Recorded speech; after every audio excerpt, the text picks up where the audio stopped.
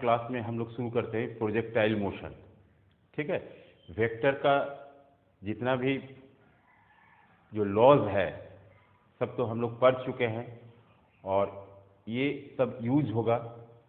तो आज हम शुरू कर रहे हैं प्रोजेक्टाइल मोशन। तो समझते हैं कि प्रोजेक्टाइल मोशन है क्या।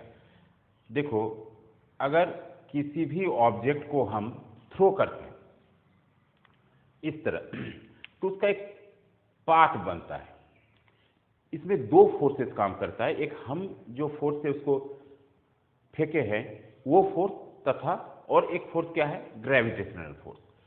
तो इस तरह के पाथ में किस तरह का फोर्स लगेगा वो हम लोग देखेंगे। दो फोर्स लग ही रहा है और इसका हम लोग कैलकुलेशंस भी जानेंगे कि होता है क्या। अगर हम इसी तरह ऑब्जेक्ट को वर्टिकली जस्ट हॉरिजॉन्टल के 90 डिग्री में फेंके तो वो लेकिन उसी में लौट के आएगा। ये प्रोजेक्टाइल मोशन नहीं होगा। 90 डिग्री को छोड़कर जो भी एंगल में हम लोग फेंकेंगे सब प्रोजेक्टाइल मोशन होगा।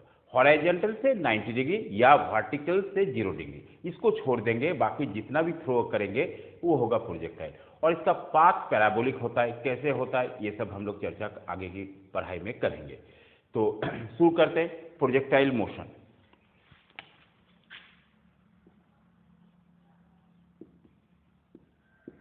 प्रोजेक्टाइल मोशन, देखो प्रोजेक्टाइल मोशन को हम दो तरह से इसको हम क्लासिफाई करेंगे। सबसे पहले वाला जो देखेंगे वो हॉरिजॉन्टल प्रोजेक्टाइल मोशन। ठीक है, दैट मीन्स अगर हम किसी भी बिल्डिंग या टावर में चढ़े हुए हैं और इसको हम थ्रो कर रहे हैं, इसको थ्रो करेंगे टूवर्ड्स द इस डायरेक्शन में, तो ये किसी भी ऑब्जेक्ट को अगर थ्रो करेंगे तो इसका पाथ होगा इस तरह, जम में आएगा। ठीक है, तो पहले इसको देखते हैं कि हम वर्टिकली में नहीं फेंकेंगे, हमका डायरेक्शन रहेगा मेरा क्या, हॉरिजॉन्टल की तरफ। ये वेलोसिटी, किसी भी वेलोसिटी से हम इसको फेंकेंगे। तो इसमें हम लोग क्या जानेंगे, कितना वो रेंज में आएगा, कितना दूर गिरेगा और हवा में कितना देर तक रहेगा, इसका एक्सप्रेशन निकालेंगे। कितना दूर जाएगा उसका एक्सप्रेशन निकालेंगे और किसी भी क्षण में वेलोसिटी क्या होगा उसका भी एक्सप्रेशन हम लोग निकालेंगे। ठीक है, तो इसमें कौन सा फोर्स अप्लाइड हो रहा है, हम इस डायरेक्शन में फोर्स दिए और एक ग्रेविटी। किसी भी पॉइंट में दो फोर्स लग रहा है, एक इधर और एक इधर। ठीक है, तो जो हॉरिजॉन्टल डायरेक्शन में वेलोसिटी होगा उसको हम लोग मान लेते हैं u। नीचे में क्या वेलोसिटी होगा वो देखेंगे। ठीक है, तो जैसे हम रेंज अगर निकालते हैं, देखो एक्सीलरेशन इधर नहीं लग रहा है, एक्सीलरेशन ओनली वर्टिकल डायरेक्शन में लगेगा g, इधर नहीं लग रहा है। तो जब एक्सीलरेशन नहीं लगेगा तो डिस्टेंस का हम लोग का फॉर्मूला क्या है, मान लो टाइम t लग रहा है तो डिस्टेंस का फॉर्मूला क्या होगा, डिस्टेंस का फॉर्मूला हम लोग का होगा, इधर अगर x लेते हैं ये रेंज, तो x इक्वल्स टू इस पॉइंट में ये मान लो x है और ये मान लो y है, ये डिस्टेंस। तो x इक्वल्स टू क्या होता है, वेलोसिटी इंटू टाइम। वेलोसिटी हम u लिए और टाइम t लिए, u इंटू टी। इससे हम t निकाल लेते हैं, t निकालेंगे x बाई u, ये इक्वेशन 1 कर दे रहे हैं। अब हम लोग क्या निकालेंगे, वर्टिकल डायरेक्शन में, वर्टिकल डायरेक्शन में क्या डिस्टेंस ट्रेवल करेगा वो, लेकिन उसमें यूनिफॉर्म मोशन नहीं है, वो एक्सेलरेटेड मोशन है जहां g काम कर रहा है।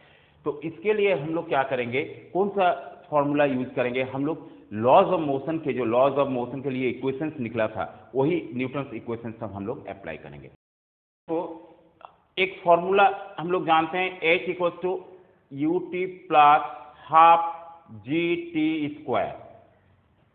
तो यहां तो u 0 होगा वर्टिकल डायरेक्शन में, h की जगह हम लोग कर देते हैं y, यू टी ये 0 हो जाएगा, equals to half g t square.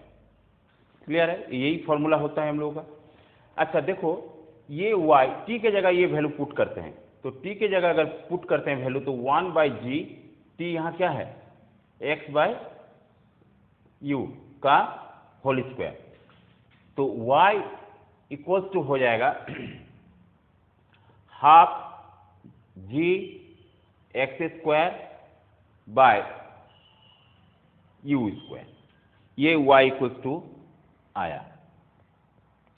तो इसको हम लिख सकते हैं फाइनली y इक्वल्स टू, सबको एक तरफ कर दो, g u square half g square into x square, ये हमारा इक्वेशन आया y का। ठीक है, तो ये दो इक्वेशंस आया, यहां से हम t निकालकर इसमें पुट कर दिए और मेरा जो इक्वेशंस आया y निकल गया। तो यहां पर हम लोग क्या निकालें, कितना यहां से ये डिस्टेंस ट्रेवल करेगा, ये y है, और x क्या है, जिस क्षण वो है उसका हॉरिजॉन्टल डिस्प्लेसमेंट। तो ये फाइनली फॉर्मूला एक आ गया। दूसरा फॉर्मूला ये है, ये कब, जब हम किसी भी टावर या बिल्डिंग के ऊपर से हॉरिजॉन्टली थ्रो कर रहे हैं, उसके लिए ये दो इक्वेशंस हम लोग का हाथ में आया। ठीक है, इसको लिखो। क्या करेंगे, दूसरा केस में इसको थ्रो करेंगे एट एंगल थीटा। तो एट एंगल थीटा में अगर करते हैं, जैसे ये हॉरिजॉन्टल मोशन है, इस एंगल में अगर किसी भी ऑब्जेक्ट को थ्रो करते हैं तो इसका पाथ क्या होगा, इस तरह होगा। अब देखो इक्वेशन जो पिछला इक्वेशन में निकला था y equal to some x square, तो ये एक क्वाड्रेटिक इक्वेशन है जो किसको शो करता है, वो पैराबोलिक पाथ को शो करता है। ठीक है, तो इस एंगल से थ्रो किए, मान लो वेलोसिटी हम u दिए, तो इस एंगल में हम लोग पढ़े हैं इसका वेलोसिटी होगा u cos थीटा, और इस डायरेक्शन में वेलोसिटी होगा u sin थीटा। और मान लो ये जाकर यहां गिर रहा है, ये इसका रेंज हो गया, दैट इज रेंज, और ये हो जाएगा इसका मैक्सिमम हाइट। ठीक है, ये एक्स एक्सिस है और ये है वाई एक्सिस। तो सबसे पहले हम लोग देखेंगे कि टाइम मान लेते हैं t है, इसका टाइम हम t मान लेते हैं, t से यहां तक यहां पहुंचती है। तो सबसे पहले हम लोग क्या देखेंगे, हॉरिजॉन्टल डिस्टेंस, इस डायरेक्शन में वो कितना दूर जाएगा, क्या इक्वेशन होगा, x इक्वल्स टू, ये मान लो x ले लिए, x डायरेक्शन में क्या होगा, इधर तुम्हारा कोई एक्सेलरेशन नहीं लग रहा है, अगर एक्सेलरेशन नहीं लग रहा है तो सिंपल क्या होगा, velocity into time, x equals to क्या होगा, वेलोसिटी इंटू टाइम। वेलोसिटी यहाँ क्या है, u cos थीटा, और टाइम t। ठीक है, तो x का वैल्यू ये होगा, यहां से अगर हम t को फाइंड कर लेते हैं तो x by you cos theta, ये इक्वेशन 1 करके रख लेते हैं। अब y का डायरेक्शन में, वर्टिकल डायरेक्शन में क्या होगा, y में क्या लग रहा है, वेलोसिटी है u sin theta into T, you t plus half A T square, ऊपर जाएगा तो माइनस होगा, हाफ ए की जगह जी t square.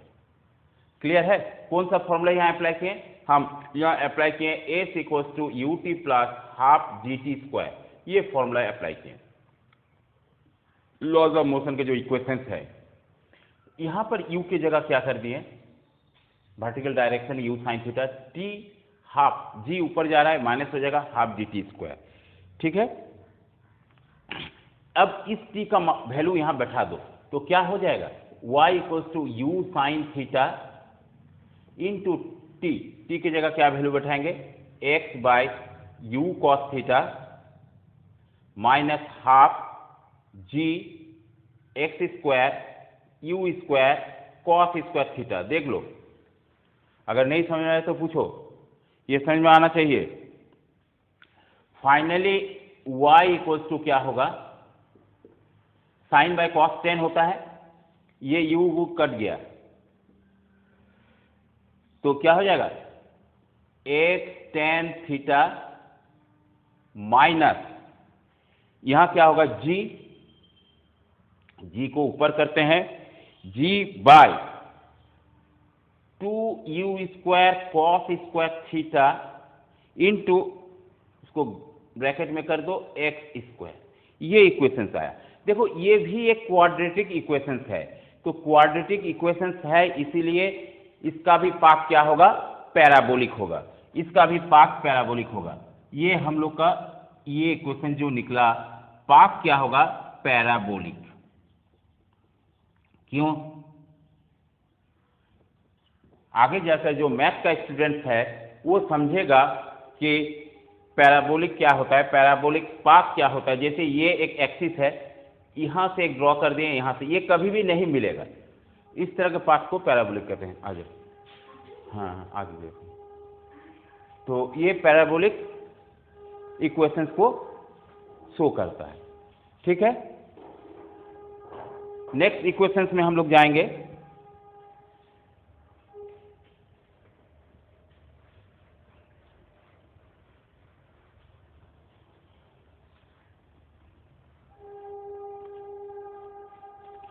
Time of flight,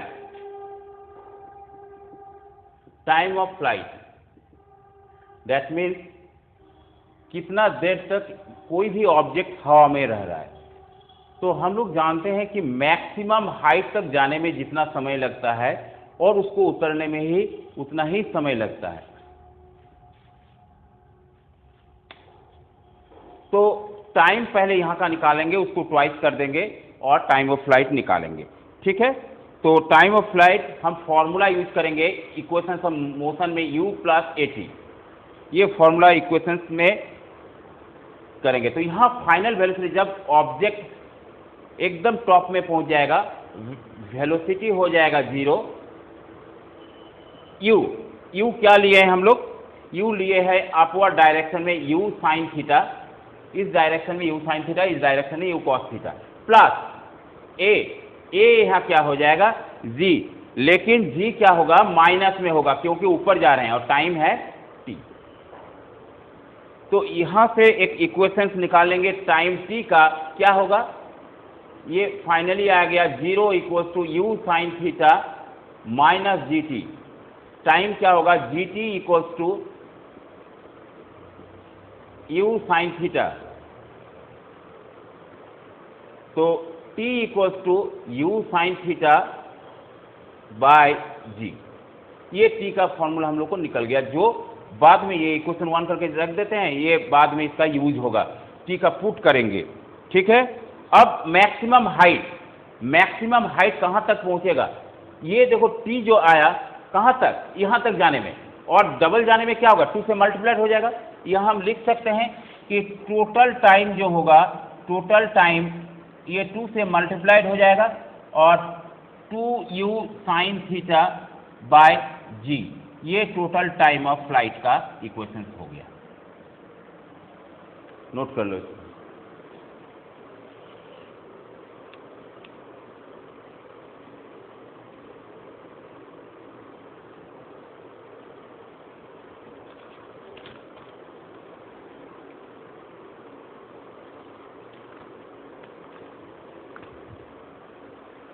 अब निकालेंगे कि मैक्सिमम हाइट कितना दूर पहुंचेगा।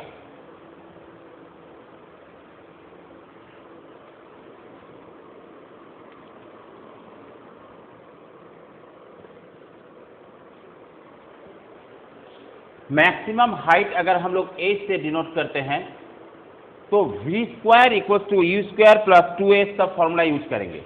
v square equal to u square plus 2h का फॉर्मूला यूज करेंगे। v स्क्वायर माने 0 ऊपर में, मैक्सिमम हाइट में u भी 0 हो जाएगा। u क्या है, you square sine square theta, u का वैल्यू पुट कर दिए, प्लस 2 g का वैल्यू होगा माइनस इंटू h होगा मैक्सिमम h। इससे हम लोग h को फाइंड करेंगे, तो ये होगा 2gh equals to u square sine square theta, therefore h equals to u square sine square theta by 2g। तो मैक्सिमम हाइट जो हम लोग का आया वो होगा you square sine square theta by 2g।